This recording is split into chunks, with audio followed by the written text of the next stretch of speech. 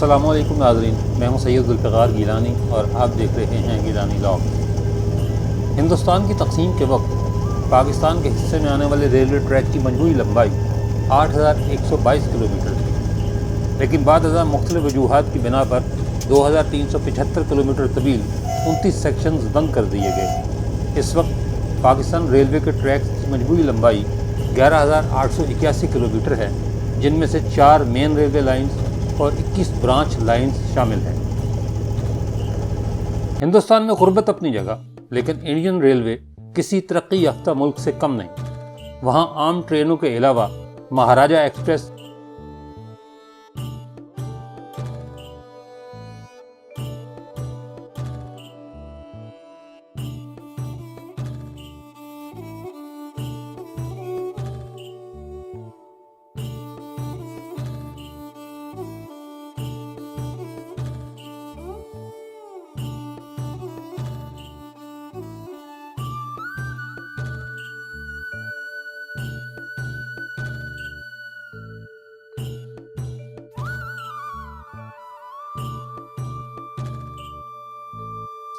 Palace on Wales,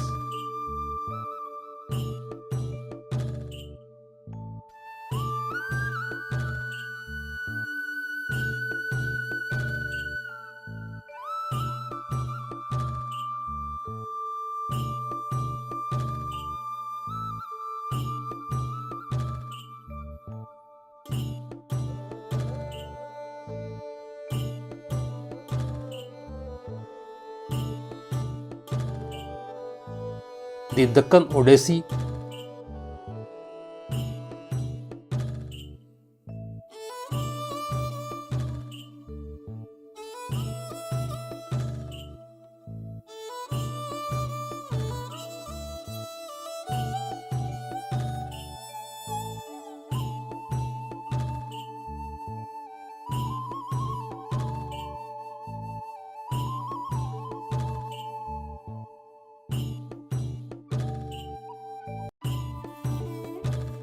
golden شیریٹ،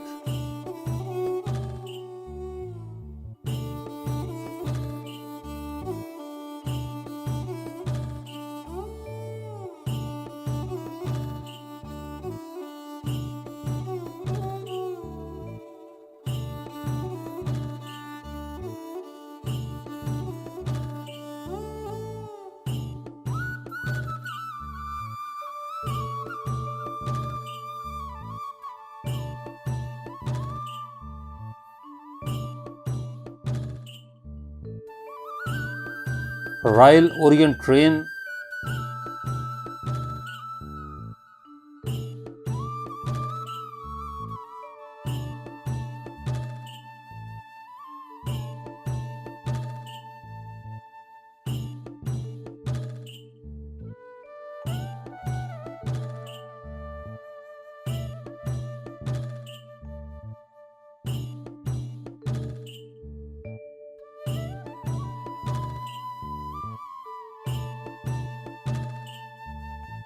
ferry Queen,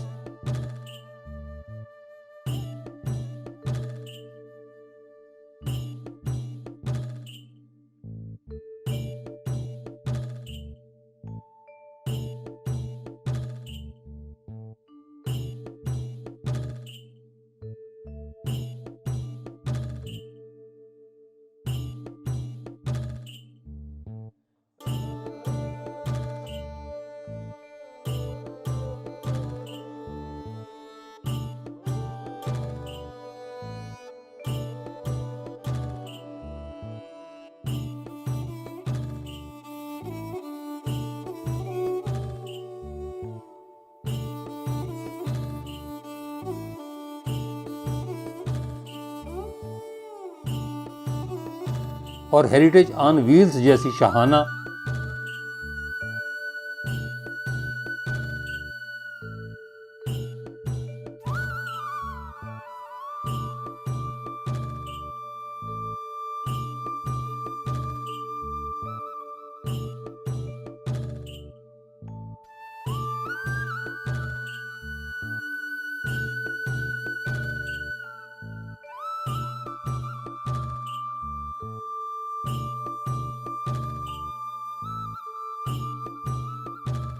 اور Vande Bharat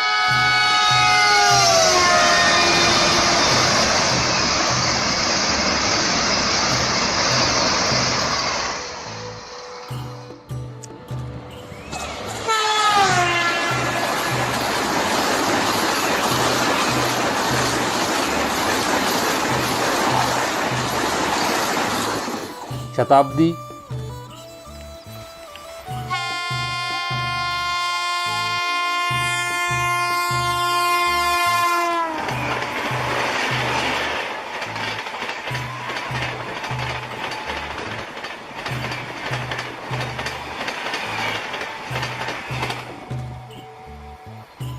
Howrah express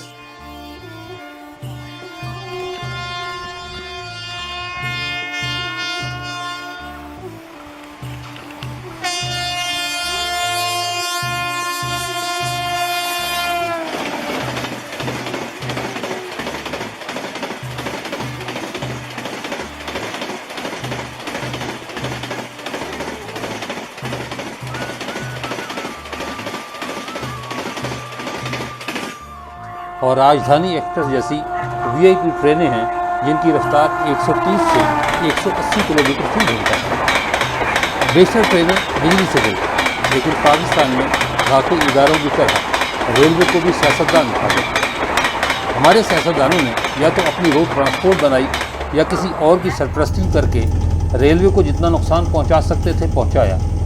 Pakistan میں railway کے کئی ایسے وزیر بھی گزرے ہیں جنہوں نے بس مالکان سے ملی بھگت کر کے کئی سیکشنز بند کرا دیے، مختلف اسٹیشنز کے اسٹاپ ختم کرا دیے یا ٹرینوں کی ٹائمنگ تبدیل کر دی۔ ایک وزیر تو ایسے بھی تھے جنہوں نے ٹرانسپورٹروں کو فائدہ پہنچانے کے لیے پہلے مندرا چکوال ریلوے بند کرائی اور پھر اس کی 74 کلومیٹر پٹری ہی بیچ کر کھا گئے۔